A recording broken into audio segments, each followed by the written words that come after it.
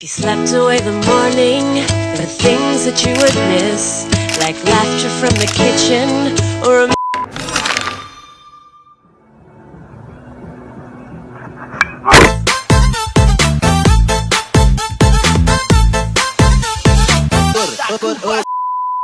Bismillahirrahmanirrahim. Saya Ervina Dwi Mardianti. Saya akan menjelaskan tentang pengertian desain evaluasi pembelajaran. Nah, desain evaluasi itu merupakan bagian dalam proses siklus desain pembelajaran. Nah, desain evaluasi terdiri dari dua kata, yaitu desain dan evaluasi.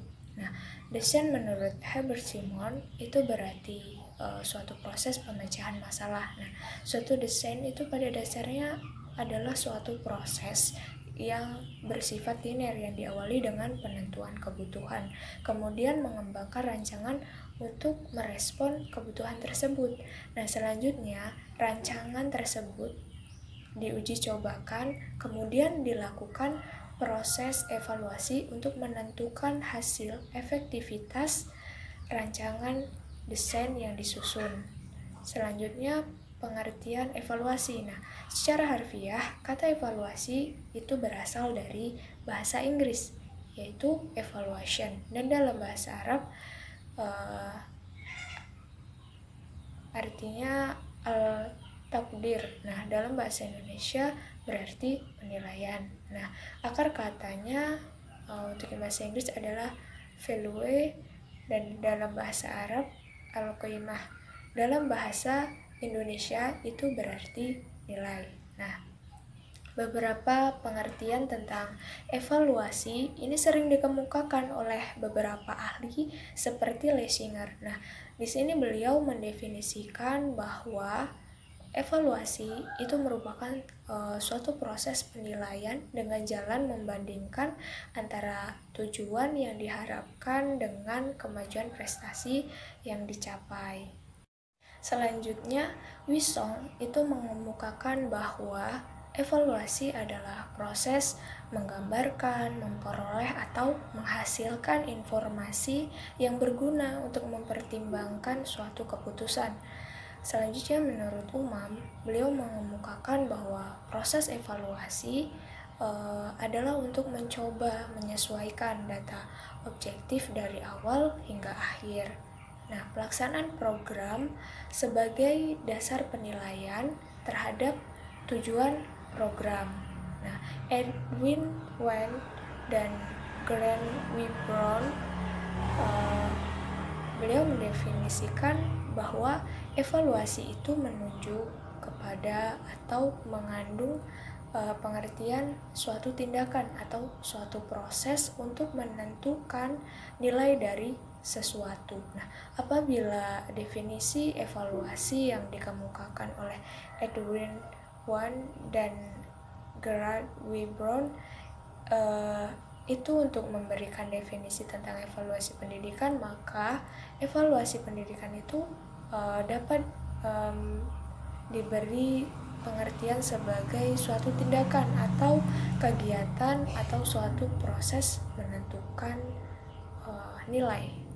Nah, berdasarkan dari dua pengertian di atas, yaitu antara desain dan evaluasi, itu dapat disimpulkan bahwa desain evaluasi itu merupakan rancangan dalam suatu proses penilaian dan pengukuran dengan tujuan memperbaiki sistem pembelajaran.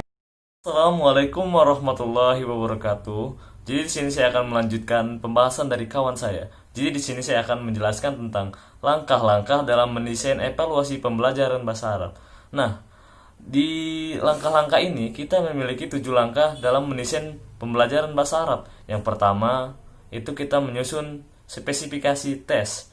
Nah, maksudnya menyusun spesifikasi tes di sini adalah kita mendesain sebuah kerangka soal yang maksudnya di saat kita membuat soal, maka kita membuat kerangkanya dulu.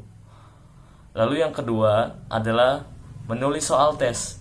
Setelah kita membuat kerangka dan kita pikirkan matang-matang kerangka tes tadi tersebut, maka langkah keduanya adalah kita menulis soal tes. Maksudnya di sini ditulis belum secara final, akan tetapi hanya berupa coretan-coretan saja. Lalu yang ketiga, setelah kita melakukan penulisan soal tes, maka langkah selanjutnya adalah menelaah soal tes. Kita menelaah kembali tulisan apa yang telah kita tuliskan tadi. Apakah soal yang kita buat, yang telah kita pikirkan, yang kita tulis tadi, apakah itu bisa diterima oleh peserta didik? Apakah ini soal sulit? Apakah ini tidak melenceng dari pembelajaran yang akan kita evaluasi tentunya? Lalu selanjutnya adalah setelah kita melakukan menulis tes, menelaah soal tes, maka kita akan melakukan uji coba tes. Nah, uji coba apabila kita sudah menulis dan sudah kita telah kembali, maka harus kita uji coba dulu. Kita tanya kepada peserta didik, apakah soal ini, dan kita kira-kira, kita reka-reka, apakah soal ini cocok untuk mereka? Apakah mereka mengerti dengan apa yang kita buat? Apa soal yang kita buat ini? Apakah mereka paham maksud dan tujuan dari soal atau evaluasi tes ini gitu. Lalu yang selanjutnya adalah menganalisis soal tes. Jadi setelah kita buat tadi soal-soal yang telah kita buat, maka harus kita analisis lagi setiap butirnya itu. Lalu langkah selanjutnya adalah memperbaiki tes. Apabila soal tadi setelah kita analisis ternyata tidak ada kesalahan, lalu ya oke, soal tadi berarti bagus, buatan kita itu selesai dan final, maka bisa kita publish kepada peserta didik dan bisa langsung kita melakukan sebuah evaluasi. Bismillahirrahmanirrahim. Pada kesempatan kali ini saya akan menjelaskan mengenai prinsip-prinsip evaluasi pembelajaran. Jadi, dalam melaksanakan suatu evaluasi pembelajaran, terdapat beberapa prinsip yang harus diperhatikan. Namun prinsip yang pertama adalah keterpaduan, yakni memadukan antara tujuan, kemudian materi pembelajaran dan metode pembelajaran. Kita ketahui bersama bahwasanya tiga hal ini merupakan tiga hal yang sangat berkaitan dan sangat mempengaruhi satu dengan lainnya. Oleh karena itu, ketiga hal ini harus dipadukan dengan cara yang baik agar ketiganya dapat berjalan dengan baik dan serasi. Kemudian pada saat itu juga harus sudah ditetapkan rancangan evaluasi. Oleh karenanya, dengan sudah ditetapkannya rancangan evaluasi, maka akan terjadi hubungan yang atau korelasi yang baik antara evaluasi dengan tujuan pengajaran dan materi-materi yang telah disampaikan, sehingga evaluasi berjalan dengan baik. Kemudian yang kedua adalah keterlibatan siswa. Jadi di sini guru dituntut untuk bisa meningkatkan kegiatan-kegiatan yang dapat meningkatkan cara belajar dan hasil belajar dari siswanya atau peserta didiknya. Karena di sini diharapkan evaluasi bukanlah hal yang menakutkan, bukanlah hal yang mengerikan yang harus ditakuti oleh para peserta didiknya. Oleh karena itu, bagi guru untuk meningkatkan cara belajar dan hasil belajar dari para peserta didiknya, sehingga mereka akan mudah dalam mengerjakan evaluasi dan tujuan pun akan tercapai.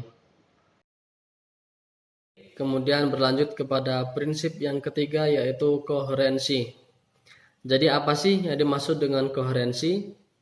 Jadi koherensi di sini adalah di mana evaluasi yang hendak diberikan kepada peserta didik harus sesuai dengan materi-materi yang telah disampaikan oleh guru kepada peserta didiknya dan sesuai dengan ranah apa yang hendak dievaluasi dari peserta didiknya. Seperti contoh ketika seorang guru hendak mengevaluasi tentang pemahaman al-qawaid an-nahwiyah dari peserta didiknya, dan di situ guru sudah memberikan materi tentang tawabi, yaitu naat, ataf, taukid, dan badal.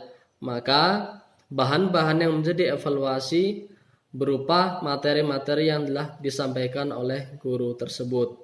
Kemudian yang terakhir adalah pedagogis, yaitu di mana dengan adanya evaluasi akan menghasilkan suatu sikap atau perubahan sikap yang baik dari para peserta didiknya. Sehingga dengan adanya evaluasi, mereka dapat mengambilnya atau dapat memanfaatkannya sebagai motivator untuk mereka ke depannya. Cukup sekian penjelasan dari saya.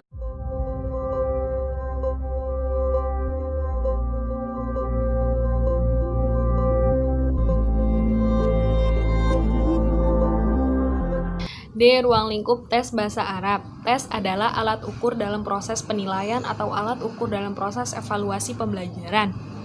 Ruang lingkup tes bahasa Arab ada dua unsur tes, yaitu tes komponen bahasa dan tes keterampilan bahasa Arab. Tes komponen bahasa mempunyai tiga unsur. Yang pertama adalah tes tata bahasa Arab atau tes qawaid, yang kedua adalah tes asawat bahasa Arab, dan yang ketiga adalah tes mufrodat bahasa Arab. Sedangkan unsur dari tes keterampilan bahasa Arab yaitu ada 4. Tes keterampilan qiraah atau tes keterampilan membaca, tes keterampilan kitabah atau tes keterampilan menulis, tes keterampilan kalam atau tes keterampilan berbicara, dan tes keterampilan mendengar bahasa Arab. Dari kesemuaan tes di atas biasanya digunakan dengan cara tes menulis atau tes non-tulis, karena tes dengan menggunakan cara tulis atau non-tulis ini mencakup dari semua keterampilan bahasa Arab atau semua unsur-unsur yang sudah disebutkan tadi.